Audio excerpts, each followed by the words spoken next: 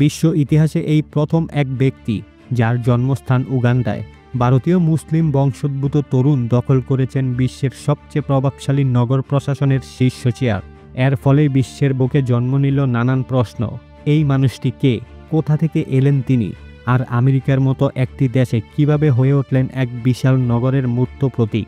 তবে এর পেছনের গল্প খুব একটা সহজ নয়। এর ভেতরে রয়েছে গভীর রহস্য আর ষড়যন্ত্রের খেলা।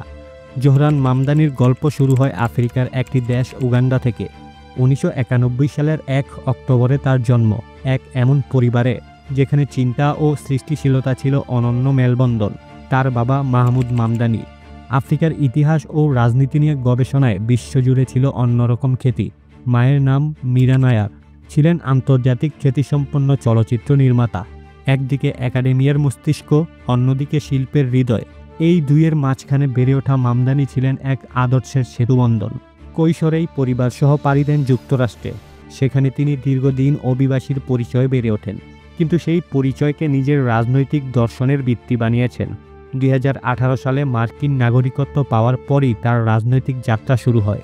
নিজেকে আত্মপ্রকাশ করেন একজন ডেমোক্রেটিক সোশ্যালিস্ট হিসেবে, যারা বিশ্বাস করে সমতার রাজনীতিতে, কর্পোরেট নয়, মানুষের ক্ষমতায়। 2020 সালে নিউ ইয়র্ক স্টেট অ্যাসেম্বলিতে নির্বাচিত হয়ে মামদানি প্রথম আলোচনায় আসেন। তার নির্বাচনী এলাকা অ্যাস্টোরিয়া কুইন্স ছিল অভিবাসী, শ্রমজীবী ও তরুণদের এক মিশ্র প্রতিরূপ। এখানেই তিনি গড়ে তোলেন নিজের রাজনৈতিক ভিত্তি। তার প্রচারণা ছিল একদমই আলাদা।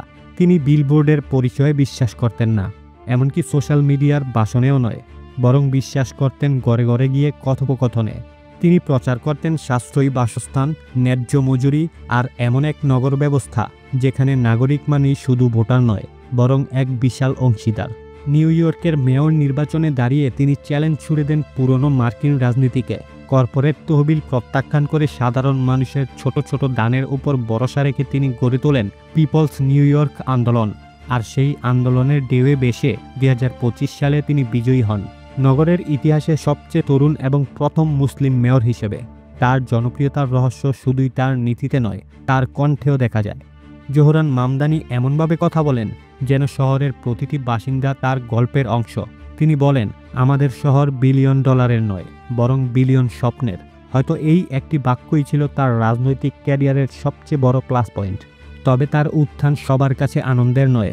যেমন প্রেসিডেন্ট ডোনাল্ড ট্রাম্প তাকে আক্রমণ করে বলেছেন, নিউ ইয়র্ক এখন এক কমিউনিস্টের হাতে বন্দী। মামদানির সোশ্যালিস্ট মতাদর্শ ও প্রগতিশীল নীতিমালা ট্রাম্পপন্থীর রাজনীতির সম্পূর্ণ বিপরীতে দাঁড়িয়েছিল।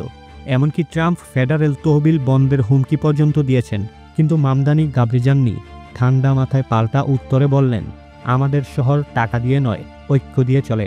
আর এর কারণেই মার্কিন রাজনৈতিক পরিবেশে এক ঠান্ডা যুদ্ধ শুরু হয়। এই সংঘাত যেন দুই আমেরিকার প্রতিচ্ছবি। একদিকে জনবান ও শ্বেতাঙ্গ প্রধান পুরনো আমেরিকা, অন্যদিকে বহু সংস্কৃতির, তরুণ ও অন্তর্ভুক্তিমূলক নতুন এক আমেরিকা। আর এই নতুন আমেরিকার মুখ আজ জোহরান মামদানি। তিনি শুধু রাজনীতিক নন, তিনি এক প্রতীক সেই প্রজন্মের যারা নিজেদের পরিচয় লুকিয়ে নয়, গর্ব নিয়ে সামনে আনে। প্রতীক সেই স্বপ্নের যেখানে অভিবাসী সন্তানরাও নেতৃত্ব দিতে পারে বিশ্বের সবচেয়ে প্রভাবশালী রাজধানীকে। হয়তো সময়ই বলে দেবে তার মেয়াদকালে নিউ ইয়র্ক বদলাবে কতটুকু। তবে এতটুকু নিশ্চিত, জোহরান মামদানি ইতোমধ্যেই প্রমাণ করেছেন, নেতৃত্ব মানে শুধু ক্ষমতা নয়, বরং সাহসও বটে।